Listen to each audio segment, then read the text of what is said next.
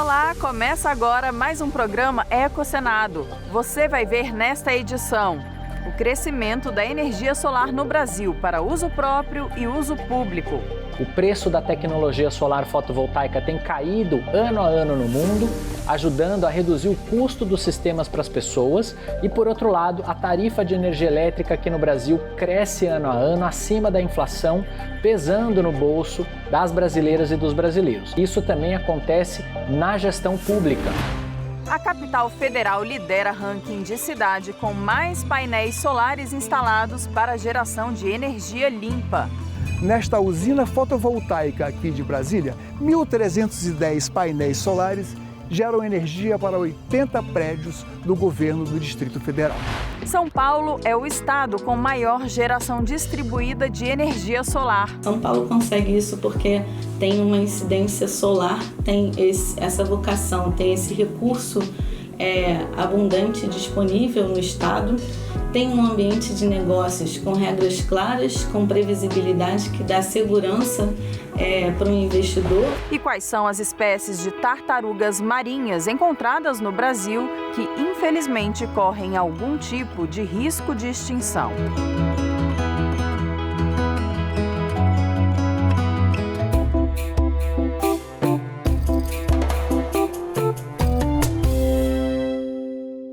O Brasil é o quarto maior mercado de energia solar do mundo e já superou a marca de mais de 40 gigawatts de capacidade instalada da fonte. A energia solar fotovoltaica gera energia elétrica sem emitir gases poluentes e gases de efeito estufa. Por causa dela, mais de 50 milhões de toneladas de CO2 já deixaram de ser enviadas à atmosfera. O repórter Paulo Acrísio mostra como Brasília tem contribuído para esse cenário. Neste prédio da Asa Norte, em Brasília, vivem cerca de 200 pessoas.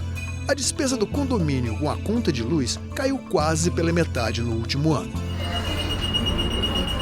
O consumo com o sistema de videossegurança, com a iluminação das áreas comuns, a bomba d'água, o filtro e a movimentação dos elevadores é abatido pela energia gerada nos painéis nas coberturas. Quem vai explicar é o Daniel, engenheiro eletricista e morador do edifício Piaget. Agora está gerando 2.552 watts. Quando a gente colocou o painel solar, a gente vira produtor de energia. Então a energia que é produzida nos painéis solares é injetada no sistema e isso é traduzido em créditos para a gente. A gente instalou energia solar aqui para o condomínio faz mais de um ano e tem suprido bem a nossa necessidade. A carga instalada foi aquém do que a gente gostaria. Nossa conta de luz hoje girava em torno de R$ 3.500 e com a energia solar ela caiu para R$ 1.500 mais ou menos, tendo um abate de R$ 2.000 por mês. Num país de dimensões continentais, nossa maior fonte de energia elétrica limpa ainda provém da água. Mas esse cenário está mudando. De uma participação insignificante em 2013, a energia solar fotovoltaica subiu para 18% da matriz elétrica em 2023, sem emissões de gás carbônico, sem desmatamento, nem deslocamento de populações. Equipamentos de última geração permitem diagnósticos com maior precisão, mas esse avanço corresponde a um elevado consumo de eletricidade. Desde 2020, o Instituto IMEB de Brasília vem investindo em energia solar. Hoje, as 6 unidades empregam 407 colaboradores e economizam 72% dos gastos com os quilowatts necessários para proteger e salvar vidas. A resposta está nos 2 sistemas de geração de energia solar implantados a quilômetros dali. Na verdade, eu trabalhei com usina desde 2016. Nós trabalhávamos montando usina para esse Brasilzão aí. Viemos montar essa daqui. O pessoal precisava de alguém para poder fazer o serviço aqui de manutenção. Eu acabei aceitando a proposta e ficando por aqui. 6 unidades que temos ressonância, medicina nuclear, ecografias, e a gente precisava reduzir o custo operacional fixo. Então, por isso, surgiu a ideia de criarmos a energia solar, porque o Brasil tem sol o ano todo. Muito satisfatório, né? A gente vê o IMEB receber o selo solar, a gente participar de políticas ambientais, de renovação, de cuidado com o meio ambiente, quando a gente está no momento que a gente está vendo aí tanto a desejar, né? Então é muito inspirador, é muito bom. Os números são impressionantes. Dos 5.570 municípios brasileiros, a energia solar está presente em 5.545. Com a crescente adesão da população e das empresas privadas, o poder público se sente incentivado a participar da iniciativa. Nesta usina fotovoltaica aqui de Brasília, 1.310 painéis solares geram energia para 80 prédios do governo do Distrito Federal. Na capital federal, o Parque Ecológico de Águas Claras abriga espécies nativas e todos os dias recebe visitantes em busca de esporte, lazer e convivência com a família. Mas aqui também fica a primeira usina solar fotovoltaica com capacidade instalada suficiente para fazer Brasília dar um salto no ranking nacional da ecologia. Nós não fornecemos energia. A energia produzida, ela cai na rede. E aí é matemática. Produção, consumo. E aquilo que for, digamos assim, de lucro, esse lucro vai sendo contabilizado como crédito e esse crédito é que vai gerar o desconto nas nossas contas. Nós vamos dar um exemplo específico. Por exemplo, o Colégio de Música de Brasília é uma das escolas contempladas por meio desse projeto. Lá eles gastam em torno de 15 a 25 mil reais por mês a conta de energia elétrica. Só eles vão ter, por exemplo, esse desconto mensalmente. E esse dinheiro poderá ser utilizado, a depender do que decidir a própria Secretaria de Educação, né, como compra de instrumentos ou qualquer outro investimento na própria escola. A construção da usina, especificamente aqui da nossa unidade de conservação, do Parque de Águas Claras, 4 milhões e 300 mil reais, com a possibilidade de economia 1 milhão ano, o que paga a própria usina em 4 anos. Não houve um desmatamento para que ela fosse construída. Nós não tivemos a necessidade de tirar um único indivíduo arbóreo do local.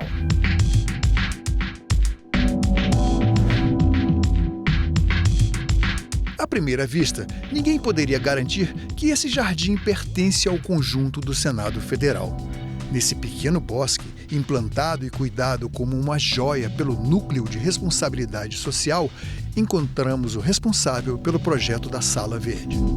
Nós começamos a ocupar no ano de 2011. E aí, nessa época, já estavam começando a ser implantados os primeiros sistemas fotovoltaicos interligados à rede.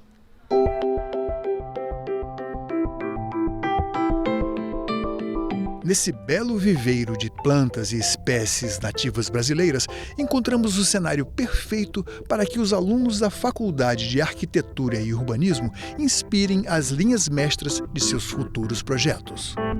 Não é só a questão econômica. A questão econômica ela vem junto de uma questão até maior, pode-se dizer, que é a nossa perspectiva futura, né, de ter um ambiente na Terra como um todo que suporte a quantidade de seres humanos, tá? Um ambiente com uma temperatura razoável, né? E isso tudo precisa se deter o aquecimento global, e para deter o aquecimento global você precisa ter um gasto energético de fontes renováveis que reduzam as emissões de carbono. Essa história que todo mundo já está sabendo, mas isso é uma realidade. Entre os estados brasileiros, São Paulo é o que tem maior geração distribuída de energia solar, com uma potência instalada de 3,5 gigawatts, o que é capaz de abastecer 2.400.000 residências. Nós conversamos com a subsecretária de Energia e Mineração da Secretaria Estadual de Meio Ambiente. Uma das estratégias é buscar cada vez mais a produção e o uso de energias limpas, para que a matriz energética paulista fique cada vez mais renovável.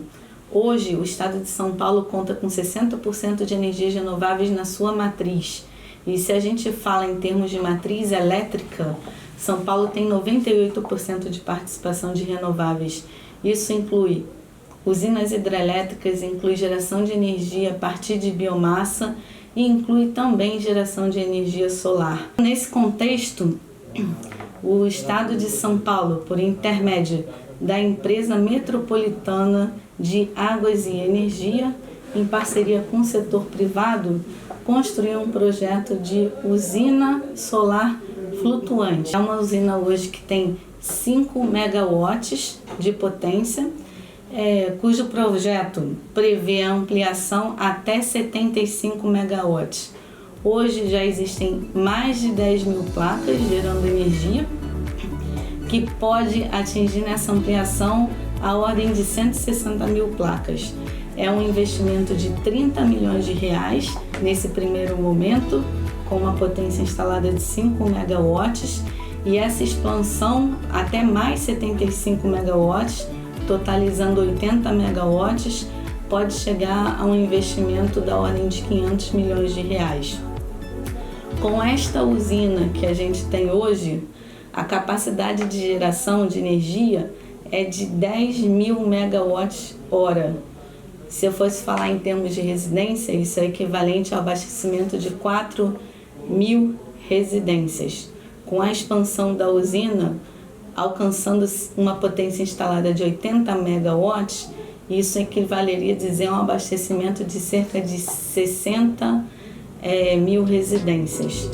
Essa usina ela foi construída no espelho d'água da represa Billings, e nessa parceria o setor privado entrou com os recursos financeiros e com os recursos tecnológicos. A EMAI entrou com a permissão do uso do espelho d'água para a construção da usina. E qual é a vantagem disso? No estado de São Paulo, e especificamente na cidade de São Paulo, onde o espaço, o terreno é cada vez mais escasso e mais caro, quando você faz o uso do aproveitamento desse recurso hídrico, você reduz, não só reduz o valor do projeto, como você amplia a possibilidade de ter uma usina com mais potência e, portanto, mais capacidade de geração de energia. Então, isso é uma vantagem bastante interessante. E como é que São Paulo consegue isso? São Paulo consegue isso porque tem uma incidência solar, tem essa vocação, tem esse recurso abundante disponível no estado, tem um ambiente de negócios com regras claras, com previsibilidade, que dá segurança para o investidor fazer esses investimentos, tanto pelo setor privado quanto pelo setor público. O que significa isso do lado de quem consome energia? Do lado de quem consome energia, a gente está falando de residências, comércios e consumidores de maneira geral, que podem gerar a sua própria energia e, portanto, reduzir os seus custos de energia elétrica. E do lado de quem constrói esse tipo de infraestrutura, a gente também tem uma agregação de valor para o Estado, porque a gente está falando de desenvolvimento econômico, de profissionais capacitados, profissionais se especializando num tipo de desenvolvimento de projeto, e, portanto, a gente está falando aqui de geração de emprego e renda ao fim e ao cabo.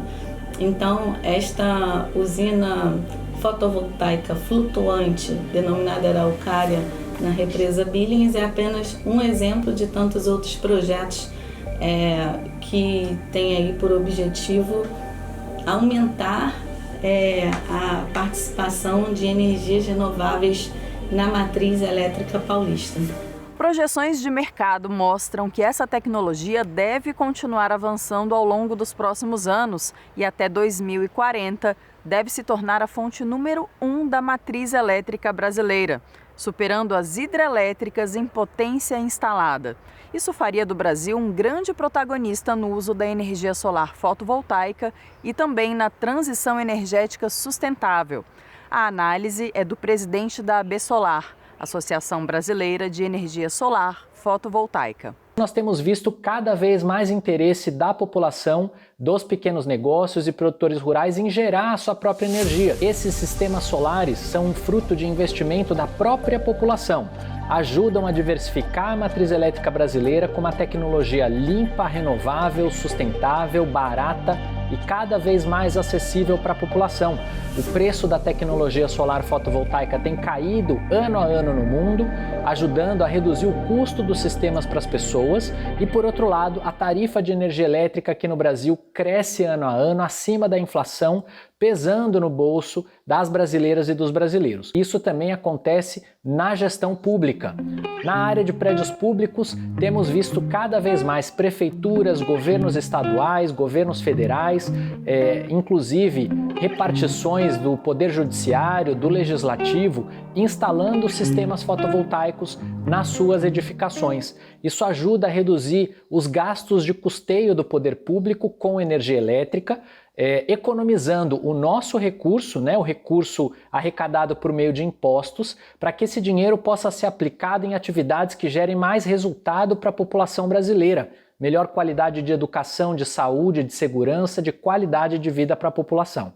Os investimentos feitos por municípios e gestores públicos na energia solar, além de ajudar a reduzir a conta de luz do município e aliviar o orçamento da prefeitura, contribui para trazer investimentos e gerar novos empregos verdes junto do município, o que é estratégico para fortalecimento da economia local e também para a transição sustentável do Brasil rumo a uma matriz elétrica e energética com menores emissões de gás de efeito estufa, portanto ajudando a preservar o meio ambiente, a preservar também os nossos recursos escassos, como o recurso hídrico, que tem múltiplas finalidades, além de gerar energia elétrica, e ajudando também a reduzir a necessidade do acionamento, do uso de termoelétricas fósseis que são mais caras e mais poluentes para a população. Diversas das principais economias do mundo já estabeleceram prazos e metas para que suas matrizes elétricas se tornem limpas e renováveis. Nesse sentido, o Brasil ainda tem que dar um passo adiante. Nós temos hoje uma matriz dentre as mais limpas do mundo, mas precisamos definir um prazo e um horizonte para que a nossa matriz se torne também 100% limpa e renovável, como essas outras nações já o fizeram. Países como Estados Unidos e Alemanha, por exemplo, pretendem até 2035 atingir uma matriz elétrica 100% limpa ou renovável. Enquanto isso, o Brasil já tem hoje mais de 85% da sua matriz elétrica movida a partir de fontes renováveis. Ano passado, geramos e atendemos o suprimento elétrico do país com mais de 92% da energia elétrica produzida por fontes renováveis, mas ainda não estabelecemos um prazo e uma meta para atingir uma matriz 100% renovável. Nós não podemos ficar para trás dessas outras economias que já estabeleceram esse caminho. E o Brasil pode inclusive ser uma das primeiras economias do mundo a atingir uma matriz 100% limpa e renovável, com o benefício de que uma transição como essa garante para o nosso país mais investimentos, mais empregos verdes e também, no nosso caso, graças aos recursos renováveis de excelente qualidade que o Brasil possui, menores custos para os consumidores, aliando, portanto, sustentabilidade, competitividade, desenvolvimento econômico e desenvolvimento social. De 2012 para cá, segundo números da Associação Brasileira de Energia Solar Fotovoltaica, ABSolar, já foram atraídos para o país pelo setor solar fotovoltaico mais de 200 bilhões de reais em novos investimentos e gerados mais de 1,3 milhão de empregos de qualidade locais espalhados ao redor do nosso país. Sobre essa energia solar fotovoltaica são cobrados também impostos e nesse sentido o setor solar fotovoltaico já contribuiu com mais de 60 bilhões de reais em recursos arrecadados pelos cofres públicos e que podem ser revertidos aí em melhores serviços prestados para a nossa sociedade. Por isso, podemos dizer que a energia solar fotovoltaica é uma grande ferramenta de desenvolvimento do país. Em 2012, o Brasil desenvolveu um importante marco regulatório para o avanço da energia solar e outras fontes renováveis geradas pela própria população no país. Tratava-se da Resolução Normativa 482 da Agência Nacional de Energia Elétrica, que permitiu o início desse mercado, com aprimoramentos que foram feitos ao longo dos anos. Depois, o setor trabalhou em conjunto com o Congresso Nacional e com a sociedade para o desenvolvimento de um marco legal que trouxe mais previsibilidade, segurança, transparência e equilíbrio para o desenvolvimento da energia solar fotovoltaica e outras fontes renováveis de pequeno porte no Brasil. Agora, a AB Solar trabalha para a implementação dessa lei de forma adequada no país, garantindo com isso todos os direitos que estão previstos na legislação para os consumidores gerarem a sua própria energia sem que haja aí dificuldades para eles acessarem as redes de distribuição e também poderem fazer o uso dessa tecnologia da forma mais adequada para o seu dia a dia e para a sua realidade. Outro avanço estratégico que aconteceu com o apoio do governo federal foi o desenvolvimento de leilões de energia renovável, o que ajudou a acelerar o desenvolvimento dessa tecnologia em usinas de grande porte. O setor tem trabalhado com o avanço nesses dois grandes segmentos de mercado. As usinas solares de um lado, por meio do mercado livre e também, em menor medida hoje em dia, os leilões de energia realizados pelo governo federal. E, por outro lado, a geração própria de energia solar, feita por meio da geração distribuída, com a Lei 14.300 de 2022 e suas regulamentações, fruto de investimentos dos próprios consumidores, sejam eles pessoas físicas ou pessoas jurídicas, estejam eles nas áreas urbanas ou ainda nas áreas rurais, né?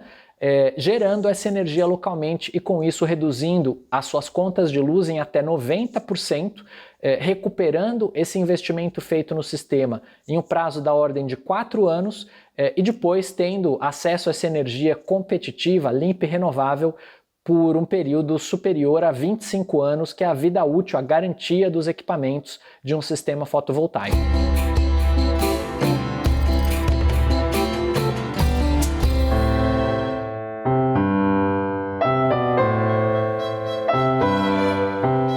Recordes de calor, enchentes, fortes secas, pessoas sendo afetadas diariamente pelas mudanças no clima. Diante da situação urgente, a Organização das Nações Unidas fez um chamado para combater o calor extremo no mundo.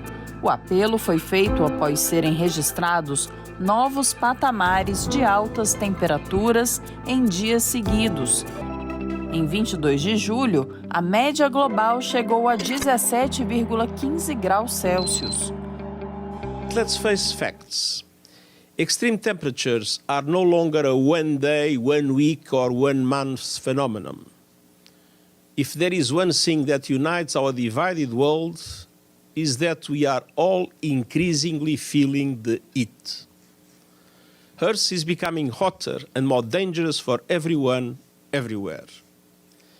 Billions of people are facing an extreme heat epidemic. O apelo mundial à ação, anunciado pelo secretário-geral da ONU, Antônio Guterres, traz 4 áreas de destaque: cuidar dos vulneráveis, proteger os trabalhadores que são atingidos todos os dias pelas altas temperaturas, aumentar a resiliência das economias e sociedade usando dados e ciência e limitar o aumento da temperatura em 1,5 graus Celsius, acelerando a transição dos combustíveis fósseis por energias renováveis.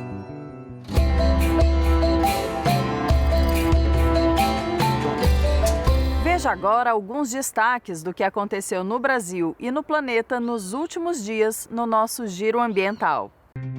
Apenas 6,9% das áreas urbanas do Brasil, cerca de 283 mil hectares, são cobertos por vegetação, segundo um levantamento do MAP Biomas. Do total, 61,5% estão na Mata Atlântica, sendo o Rio de Janeiro a cidade com maior área verde nos espaços urbanos. O Parque Nacional dos Lençóis Maranhenses foi reconhecido pela Unesco como Patrimônio Natural da Humanidade. A decisão leva em consideração a beleza natural e o papel na preservação ambiental da região. Com o título, será dada mais atenção aos recursos naturais e à biodiversidade do local. No primeiro semestre de 2024, a Amazônia teve o menor número de desmatamento em unidades de conservação dos últimos 10 anos. Os dados são do Instituto Amazon. Ao todo, foram registrados 93 quilômetros quadrados de desmatamento de janeiro a junho, 18% a menos em comparação com o mesmo período de 2023.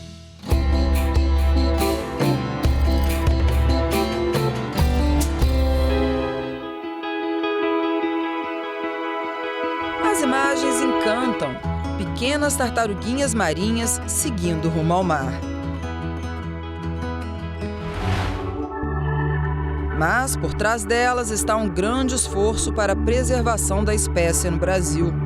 Segundo o Projeto Tamar, das 5 espécies encontradas no país, 4 correm algum risco de extinção. São elas a tartaruga de couro, classificada como criticamente em perigo, a tartaruga cabeçuda e a tartaruga oliva, na categoria vulnerável, e a tartaruga de pente, em perigo. Solitárias, elas vivem em ambiente marinho, mas procuram a superfície para desovar. Geralmente escolhem as praias desertas e o horário noturno, com seu casco medindo entre 3,5 e 4 centímetros de comprimento. As tartaruguinhas filhotes já nascem independentes e seguem imediatamente para o alto mar. A fantástica capacidade que elas têm de orientação e natação ao longo da vida impressionam pesquisadores.